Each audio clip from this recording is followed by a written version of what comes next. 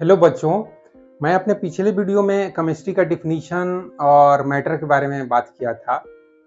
इस वीडियो में मैं मैटर के बारे में और भी डिटेल्स में बात करूंगा। मैटर को किस तरह से क्लासिफाई करते हैं, किस तरह से उसका वर्गीकरण करते हैं। मैटर को मतलब और भी ज़्यादा हम डेप्थ में समझने की कोशिश करेंगे कि इस ब्रह्मांड में, चाहे इस धरती पर, चाहे इस सौरमंडल में जो कुछ भी मैटर है, उसको किस तरह से हम ग्रुप कर सकते हैं, किस तरह से हम बांट सकते हैं। तो मैटर को बेसिकली हम दो तरीके से बांट सकते हैं। जैसे कि एक समझने के लिए समझिए कि एक फिजिकल तरीका हो गया, जैसे मोटे स्तर पे। फिजिकल तरीका कहने का मतलब फिजिकली मतलब मोटे स्तर पर, जैसे कि ये बोर्ड जो है एक सॉलिड है। ये जो मार्कर है इससे जो इंक निकल रहा है एक तरह का लिक्विड है। गैस गैस आप समझ रहे हैं कि मैं जो बोल रहा हूँ वो पूरा एयर में जो गैस है उसके थ्रू कम्युनिकेट हो रहा है। इसमें थोड़ा सा फिजिक्स भी घुस गया, साउंड एनर्जी मूव हो रहा है।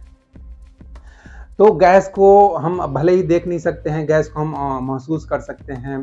तो कहने का मतलब ये मोटे स्तर पर चीज़ों को बांटना हो गया। लेकिन केमिस्ट्री जो है वो सिर्फ मोटे स्तर पर चीज़ों को नहीं देखता है, मोटे स्तर पर फिजिक्स देखता है। ज़्यादा फिजिक्स का जो देखने का तरीका होता है मोटे स्तर पर, ये बड़े बड़े चीज़ों को देखता है। जैसे कि सूरज के बारे में, सूरज की डायमेंशन क्या है, सूरज की कितना बड़ा है, तो वो सब चीज़ों को हम फिजिक्स में बात करेंगे।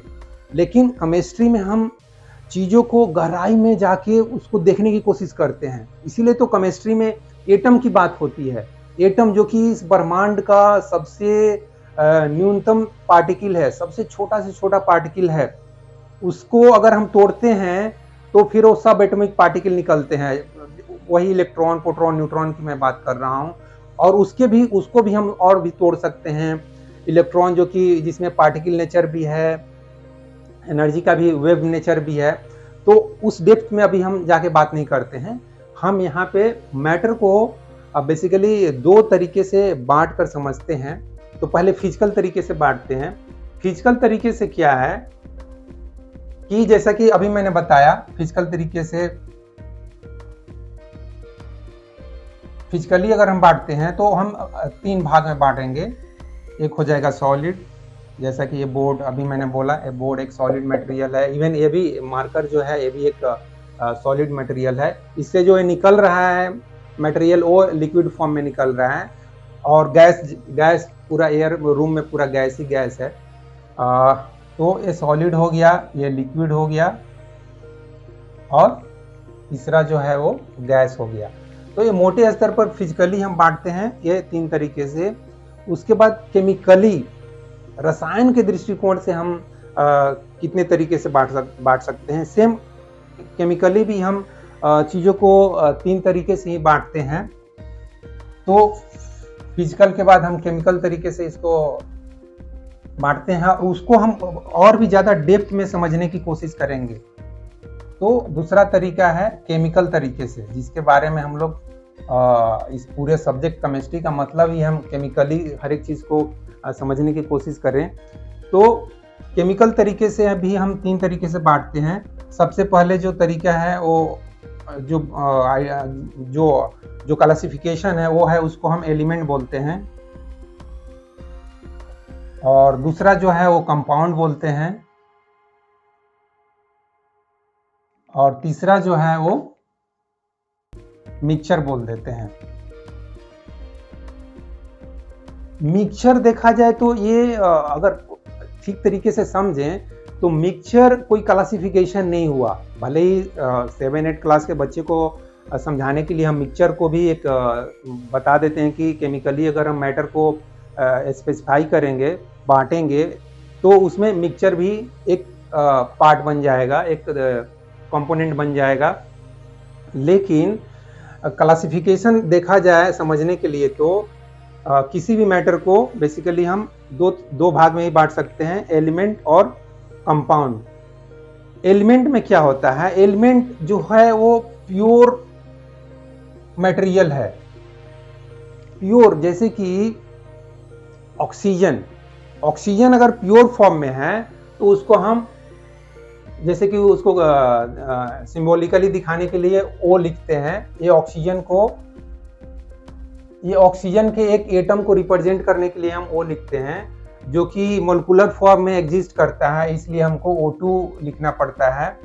तो कहने का मतलब प्योर फॉर्म में कोई भी सब्सटेंस, चाहे वो ऑक्सीजन की बात किया, कोई मेटल की बात ले सकते हैं, लाइक आयरन ले सकते हैं, कॉपर ले सकते हैं, गोल्ड ले सकते हैं, तो ये सभी चीज अगर प्योर फॉर्म में है तो वो चीज हो गया एलिमेंट। तो बच्चों अब हम कंपाउंड को समझने की कोशिश करते हैं। कंपाउंड जो है वो ऐसा नहीं है कि इम्प्योर चीज है, कंपाउंड भी प्योर चीज होता है, लेकिन उसमें दो या दो से ज्यादा तरह के एलिमेंट रिएक्शन करते हैं, रिएक्शन का वो प्रोडक्ट होता है। जैसे कि अगर हाइड्रोजन और ऑक्सीजन दो एलिमेंट है, हाइड्रोजन एक गैसियस एलिमेंट है, ऑक्सीजन भी एक गैसियस एलिमेंट है, दोनों एलिमेंट या दोनों दो तरह के एटम जब रिएक्शन करते हैं तो एक कंपाउंड बनता है जिसको हम H2O बोलते हैं, जिसको हम पानी बोलते हैं, वाटर बोलते हैं। तो कहने का मतलब कंपाउंड इज नथिंग बट कोई भी दो एलिमेंट या दो से ज़्यादा एलिमेंट जब रिएक्शन करते हैं तो जो प्रोडक्ट बनता है उसको हम कंपाउंड बोलते हैं। मिक्सचर क्या होता है? मिक्सचर कोई भी चीज़ को दो या दो से ज़्यादा तरह के जो चीज़ें हैं उसको अगर आप ऐसे ही मिला देते हैं, उसमें कोई रिएक्शन नहीं होता है, उसमें हाइड्रोजन ऑक्सीजन रिएक्शन नहीं कर रहे हैं या दो मेटल लाइक कॉपर और आयरन रिएक्शन नहीं कर रहे हैं। तो कहने का मतलब मिक्सचर में कोई भी दो चीज रिएक्शन नहीं करते हैं। मिक्सचर इज लाइक, अब जैसे कि हम मिक्सचर जो खाते हैं जिसमें दाल फ्राई हो जाता है, जिसमें कुछ बेसन का कोई मटेरियल फ्राई करके डाल सकते हैं, जिसमें हम कुछ पत्ते भी फ्राई करके डाल सकते हैं, चाहे सब्जी, लेकिन सब्जी फिर वो सब्जी जब बनता है तो केमिकल रिएक्शन होता है, इस चीज को समझिए। जैसे कि आलू को अगर हम बॉईल कर दिए तो वहां पे केमिकल रिएक्शन हो गया, तो हम सब्जी को सिंपली मिक्सचर नहीं बोल सकते हैं।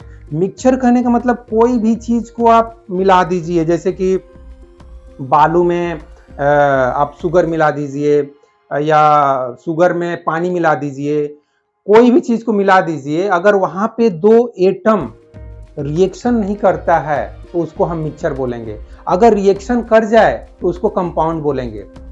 जैसे कि अभी मैंने बताया हाइड्रोजन और ऑक्सीजन अगर सिंपली ये मिक्स कर दिए, ये आपस में रिएक्शन नहीं कर रहे हैं, क्योंकि इसको रिएक्शन करने के लिए यहाँ कुछ कंडीशन हो जाएगा, कुछ सर्टेन प्रेशर लगाना पड़ेगा, कुछ टेम्परेचर बढ़ाना पड़ेगा, ऐसे ही रिएक्शन नहीं हो जाता। जैसे कि एयर में आप जानते होंगे कि ऑक्सीजन है, नाइट्रोजन है, कार्बन डाइऑक्साइड है, तो इसका मतलब ये नहीं कि ये सभी आपस में रिएक्शन कर रहे हैं। रिएक्शन करेंगे तब तो कुछ ना कुछ प्रोडक्ट बन जाएगा। जैसे कि ऑक्सीजन नाइट्रोजन रिएक्शन के नाइट्रो ऑक्साइड बन जाएंगे, नाइट्रस ऑक्साइड बन जाएंगे, अगर थोड़ा बहुत हाइड्रोजन है तो हाइड्रोजन नाइट्राइड बन जाएगा, ये कार्बन के साथ ये रिएक्शन के कार्बन डाइऑक्साइड। कहने का मतलब पूरा कंपोजिशन ही गड़बड़ हो जाएगा, जो कि एयर में जैसा कि आप जानते हैं 75% कुछ अराउंड नाइट्रोजन होता है, ऑक्सीजन 21% होता है और बाकी गैसेस नियर अबाउट 1% होता है, या और भी ज़्यादा हो जाएगा। तो कहने का मतलब मिक्सचर का मतलब उसमें कोई रिएक्शन नहीं हो रहा है, आपस में सब ऐसी चुपचाप से बैठे हुए हैं, पड़े हुए हैं, उसमें कोई रिएक्शन नहीं हो रहा है। तो इसलिए मिक्सचर जो है उसको हम केमिकली ये नहीं बोलेंगे कि ये एक क्लासिफिकेशन हो रहा है, जबकि ये प्योरली रिलेट कर रहा है केमिस्ट्री से। एलिमेंट प्योर फॉर्म हर एक चीज़ का चाहे वो मेटल हो नॉन मेटल हो, उसका प्योरेस्ट फॉर्म कहने का मतलब कोई एक, ये मान लीजिए कि कोई एक ये एलिमेंट है, इसको हम तोड़ते जाएंगे तो ये छोटा चीज में पार्टिकल में चेंज होते जाएगा, और लास्ट में जो पार्टिकल बचेगा, जो कि तोड़ना काफ़ी हमारे लिए फिजिकली मुश्किल है, ऐसा नहीं कि हथौड़े से हम तोड़ेंगे तो वो लास्ट में एक छोटा पार्टिकल हमको मिल जाएगा। मैं ऑफकोर्स एटम की बात कर रहा हूँ। तो इतना आसानी से एक एलिमेंट को एक जैसे कि इसी को, ये तो आप समझिए इस चीज़ को, ये जो मार्कर पेन है इसको आप तोड़ते जाएंगे तो इसमें 2-3 तरह के कंपाउंड मिलेंगे, और उसको कंपाउंड को भी तोड़ेंगे तब जाके एटम मिलेंगे। कहने का मतलब जैसे H2O में हाइड्रोजन और तोड़ते जाएंगे तो दो चीज मिलेगा, हाइड्रोजन और ऑक्सीजन। उसी तरह से इसको तोड़ते जाएंगे तो सोचिए कि यहाँ इंक है, इंक से अलग तरह के मॉलिक्यूल मतलब compound is nothing but molecule, और एलिमेंट में क्या होते हैं, एटम। बहुत ही सिंपल समझिए, एटम मीन्स एलिमेंट को रिप्रेजेंट कर रहा है, एटम से एलिमेंट बन रहा है और मॉलिक्यूल से कंपाउंड बन रहा है। तो ये चीज बहुत आसान है, जैसे कि हम H2O को मॉलिक्यूल बोलेंगे और हाइड्रोजन और ऑक्सीजन को अलग अलग एटम बोलेंगे। तो मुझे उम्मीद है दोस्तों कि आप इस चीज को केमिकली कैसे हम मैटर को क्लासिफाई करते हैं, इस चीज को आप समझे होंगे। मुझे लग रहा है कि इसमें और भी कोई चीज एक्सप्लेन करने का जरूरत नहीं है। फिर भी अगर आपको लगता है कि इसमें और भी कुछ आपको एक्सप्लेनेशन चाहिए तो उसको मैं नेक्स्ट वीडियो में कवर करूंगा।